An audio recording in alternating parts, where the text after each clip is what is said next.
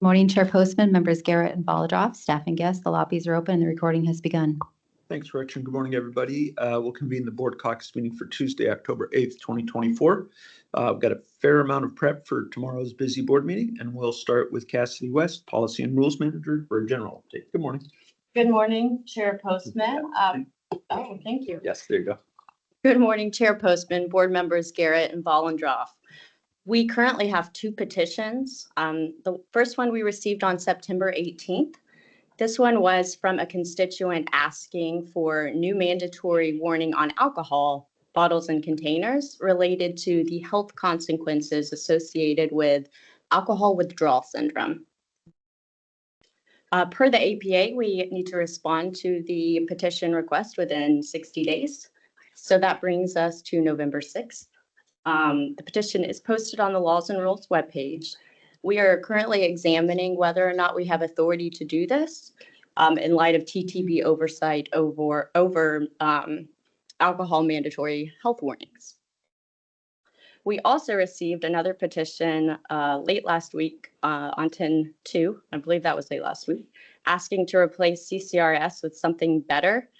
The petitioner identifies a series of issues with CCRS. The petitioner does not identify any specific WAC language that they would like to change, but just simply would like to replace CCRS. The petition response is due on 12/1, so that will bring us to the first board meeting in December. We'll be presenting that. And now I'll go into some timelines unless you have questions. Okay. So we have made just some slight adjustments to the timelines in light of we don't overload Gretchen right away. So if you hear just a couple of adjusted dates, that's what's going on there. Feel free to follow up and I'll provide a detailed update tomorrow with all the contacts. So we'll go ahead and start with what we have going on today. I will be previewing the CR 103 that I'll be requesting the board's approval for tomorrow for the THC bill. I will also be previewing the cannabis sampling hearing that will be held tomorrow. That was rescheduled from September 25th. Justin will be previewing the CR 101 for the ESUP rulemaking. So we'll have this rulemaking initiated tomorrow, assuming the board approves it, as well as another new rulemaking that Jeff will be previewing the CR 101 today for, which is identification reform. So then let's go ahead and move forward to the October 23rd board meeting. And you know what? Before we go to that, let me go ahead and stop and give a plug-in or brief update on the social equity. So we don't have an actual set filing date. We're aiming for either the end of October or early November. We are currently in the process of drafting rules. We want to take our time, make sure that we've incorporated stakeholder feedback appropriately. And so we'll keep you up to date on that. Okay, so now I'll move on to the 23rd board meeting. So Daniel will be requesting the board's approval to file the CR 102 with proposed rules to implement House Bill 2204, and that's the emergency liquor permits rule. Stakeholder engagement sessions were held on Monday, September 30th and October 3rd. Both recordings are on the LCB's website as well as the Laws and Rules webpage. We received entirely positive feedback on the draft rule language. And so we're still on track to file those proposed rules on October 23rd, which means the public hearing would be held on December 4th, and then the 103 filed on December 18th. Moving on to minors on premises, we had originally scheduled that for the having the 102 on 10/23. However, we did have quite a bit of robust stakeholder engagement. So we're working on adjusting those rules right now. And so we're expecting to bring that 102 at the first meeting in November. And then coming into November, Jeff will be bringing the 103 for gender neutral terminology, the expedited rulemaking. Jeff will also be bringing the 102 for sales of cannabis waste. And then finally on November 6th, I'll be filing the CR 103 for the cannabis sampling. That is assuming everything goes well today. And then finally, on November 20th, Denise will be requesting the board's approval to implement substitute House Bill 2151 regarding lab accreditation. We're working very closely with LCB's chemist, Carrie, or Dr. Trumbull, to adjust the rule language, and several sections are requiring amendments. And so we want to be careful with that. Next steps involve reviewing and discussing the rule changes with WSDA, since there is that interagency coordination there. And then we'll plan on holding the public hearing likely in December, just given the timeline that we're looking at. And I'll just stop there for today. Any questions for Cassidy on any of those items? No, don't see any. Okay, thank you for that. See you tomorrow. And then next we will have Jeff Kildall brief us on the acceptable identification. Please. Good morning. Hey, good morning, Chair Postman and members Garrett and Vollendroff. I am here to preview a CR 101 regarding the rules about the acceptable forms of identification that liquor licensees may use to verify a person's age for eligibility to purchase alcohol, which is in WAC 314-11025. And there is a companion rule regarding the purchase of cannabis that is at WAC 314-55-150. For background, in April 2023, the board accepted a petition to add global entry cards to the list of acceptable forms of identification that liquor licensees may use to verify a person's age for eligibility to purchase alcohol. In July 2023, the board accepted parts of another rulemaking petition requesting removal of references to RCW 66-16-040 from three other WAC sections, which were WAC 314-01-005, WAC 314-17-025, and WAC 314-17-110. Because both of these petitions address acceptable forms of identification regarding the sale, service, possession, and consumption of alcohol, it is logical and cost-effective to combine these two petitions into a single rulemaking project.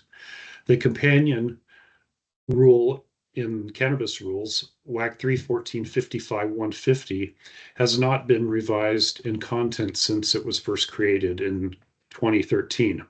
This rulemaking project provides the LCB with an opportunity to examine the rules regarding acceptable forms of identification at large and to make these rules in both categories more consistent with other state law. I will be requesting your approval to file the CR 101 at tomorrow's board meeting. If approved, there will be an informal comment period on the CR 101 until November 20th. And I will explain the expected rulemaking timeline in more detail at tomorrow's board meeting. Thank you, and can I answer any questions? Nope, don't think so. Thank you. Okay, hey, thank you. See you tomorrow for that. Thank you. And now Back to me. back to Cassidy. That's right. Okay, yes, Cassidy, please. Okay, good morning. So I'm here again to preview the 103 that I will be requesting the board's approval tomorrow to file to adopt rules implementing and gross second substitute Senate Bill 5367, otherwise known as the THC bill. The legislation, which we've discussed several times, became effective in July 2023, made several sections to Chapter 6950 of the Revised Code of Washington. The legislation created several new definitions, modified existing definitions, and then amended subsequent sections to incorporate those changes. The legislation also explicitly prohibited the production, processing, manufacturing, and sale of any synthetically derived or semi-synthetic cannabinoid. Again, as you know, the goal of the legislation is to address the rise of unregulated cannabinoid products that emerged on the market after the passage of the 2018 Farm Bill. We began this rulemaking in June 2023, just right before the governor signed the bill into law. And we amended several sections of WAC So key changes include updated definitions. We created a new definition, total THC, and I'll go into these changes again tomorrow in more detail, of course. We amended the testing, reporting, and labeling requirements, and mainly in order to account for the potential of multiple THC compounds that could be present in a product. The rules were developed in collaboration with other divisions and, of course, WSDA, since they will be a part of implementing this. And as you know, robust stakeholder engagement was conducted to develop the draft rules. We received 6 written comments during the formal comment period. You heard from WACA and Cannabis Alliance at the public hearing that was held on September 11th. And they expressed concerns regarding the proposed serving limits for THC for other THC compounds. And then we had received 3 public comments from the public health and prevention community, which were very similar, expressing concerns, really advocating for more stringent testing and labeling requirements. So specifically wanted testing for synthetic cannabinoids, for example. In the 502 market? Yes, in I the see. 502 Okay. market.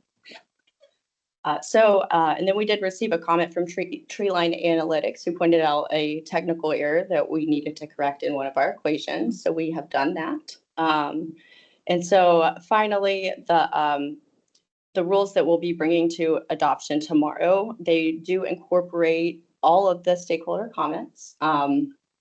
From WACA and the Cannabis Alliance, we included language for a non-exhausted list that the LCB will maintain and make publicly available that has that list of cannabinoids. Outside of the actual rule set, Yes. but the rules will refer to that list, which allows us some flexibility about that list, right? Yes. Because there's going to be something new tomorrow that we haven't even learned of yet. Yes. Yeah, okay. Yep. The I think list. that's a great answer. Good. Yeah, it allows us flexibility and the industry flexibility as Yeah, well. Good. And then the last change we made was or I think I skipped the second change, apologies. So we made the list. The second change that we made was to add a transaction limit back into WAC 314-55095. This was inadvertently removed in the proposed rules. It doesn't change anything. And then same thing for that Treeline Analytics comment. We just fixed the equation, but no substantive changes have been made to the rules, which is why we're moving forward with the 103 filing. And then lastly, we are pushing to a 90-day implementation instead of a 31 after filing default. This will allow not only time for that transition to occur with lab accreditation at the beginning of the year between WSDA and LCB, but also just ease the burden on compliance as well as allow our staff to prepare for the implementation. Thank you, and I'm happy to answer any questions. Thank you. No questions. Move on to sampling then. Right.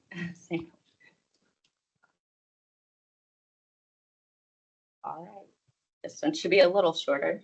All right, so this morning I'm going to brief you on the public hearing that will be held at tomorrow's board meeting on proposed rules regarding WAC 314-55096, otherwise known as the cannabis sampling rulemaking. The rulemaking was initiated in response to a rule petition that the board accepted in 2022 from Vicki Christopherson on behalf of WACA.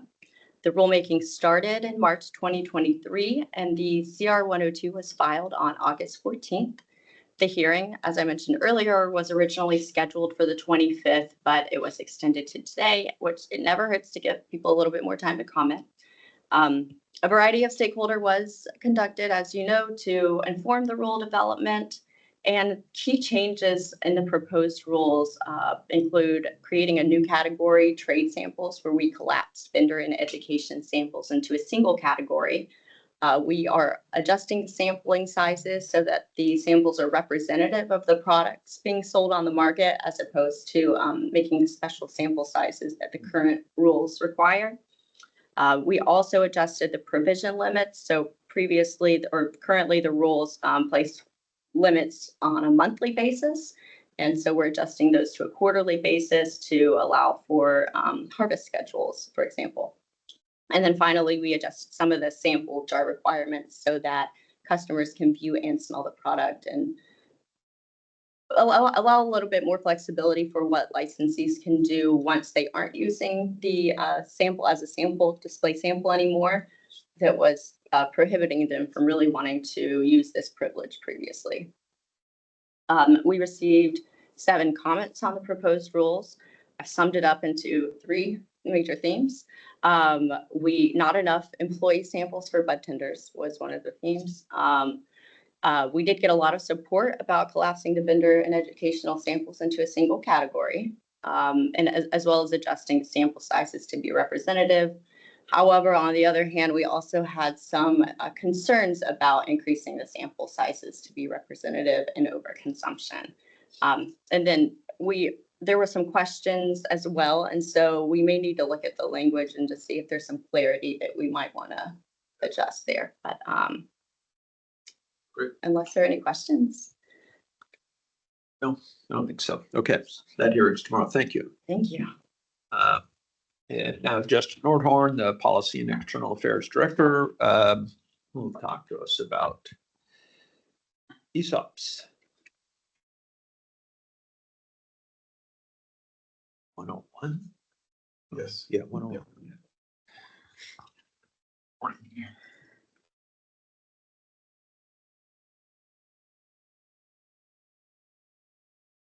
Okay, good morning, Chair Postman, members Garrett and Bollendroff. This week I'm covering for Daniel. He's out for the week, so he's the lead on this particular project. Today I'm previewing the CR 101, which will be presented for approval during tomorrow's board meeting. This pre-proposal statement of inquiry is requesting approval to open rulemaking on employee stock ownership plans, also known as ESOP. If approved during tomorrow's board meeting, there will be an informal comment period until November 9th, and I'll provide an overview of the projected timelines in a little bit more detail tomorrow. This request follows up on a rule petition that the board approved in May of 24. The petition for rulemaking was submitted in March of 2024 from the Washington Cannabis Business Association, also known as WACA, requesting the amendment to the true party of interest rule for cannabis licensees. More specifically, the petitioner requested changes to WAC 314-55-035 to expressly permit the use of ESOPs by cannabis licensees. And the CR 101 is the next step in this process after that rule petition was approved.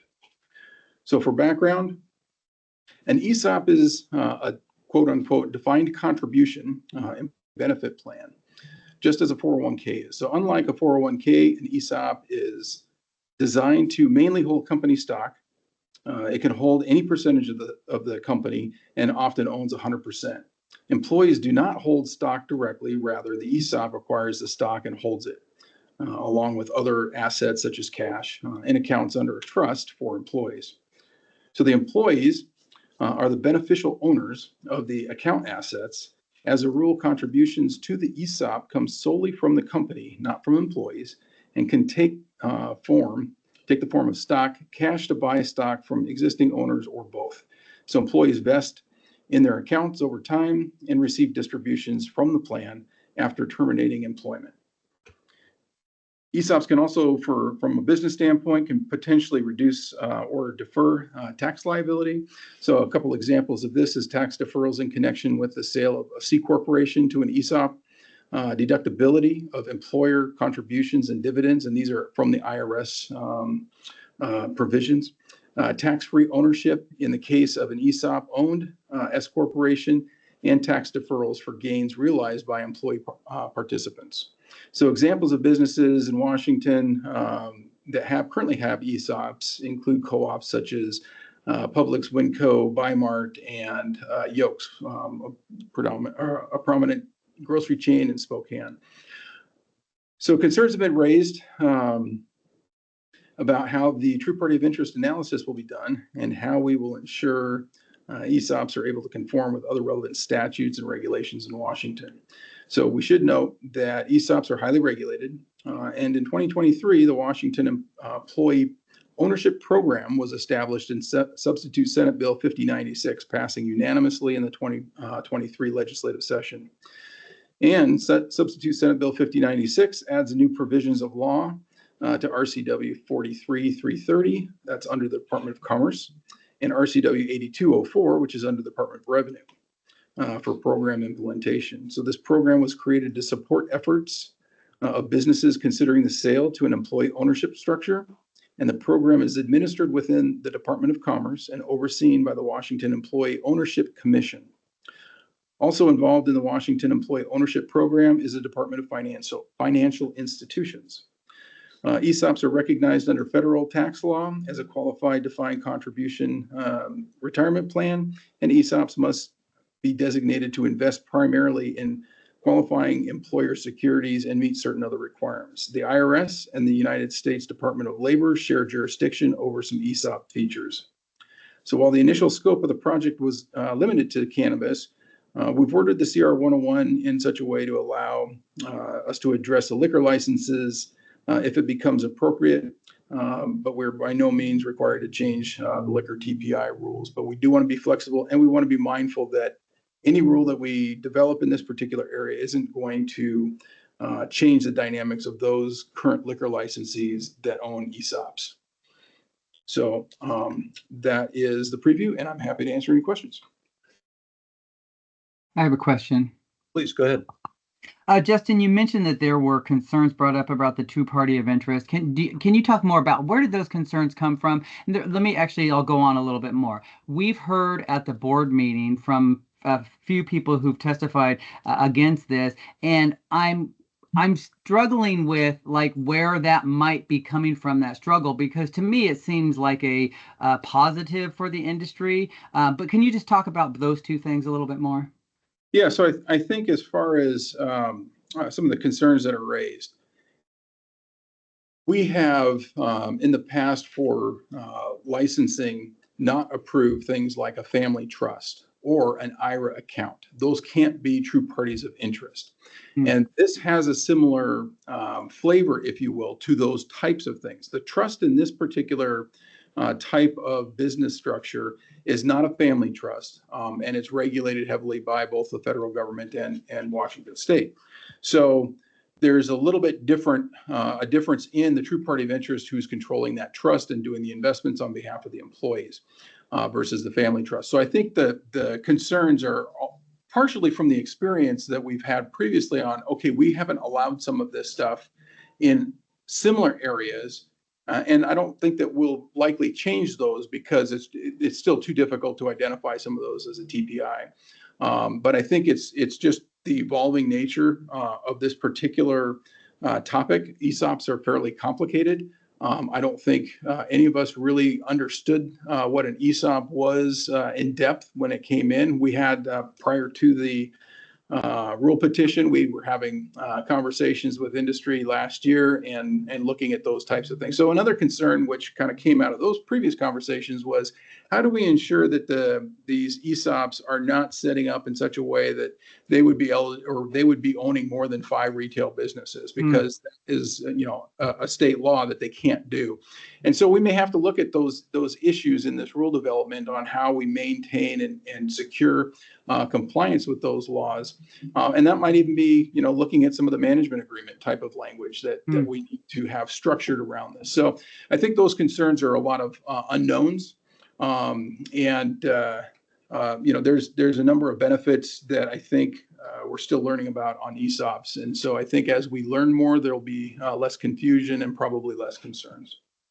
Great, thank you. And it is very complex. And so I appreciate the detailed response to that question and look forward to continuing to hear more. So thank you. Great. Okay. Thank you. Yeah, so that's tomorrow. Then we're just to the point of board member executive assistant reports. Anything from our new executive assistant? No, thank you, Chair. Okay.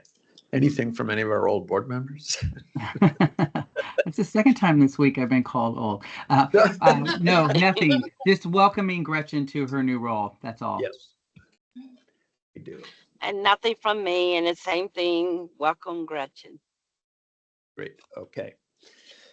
And with that, we will adjourn, and we'll be back tomorrow morning at 10 for the board meeting and the public hearing. We're adjourned.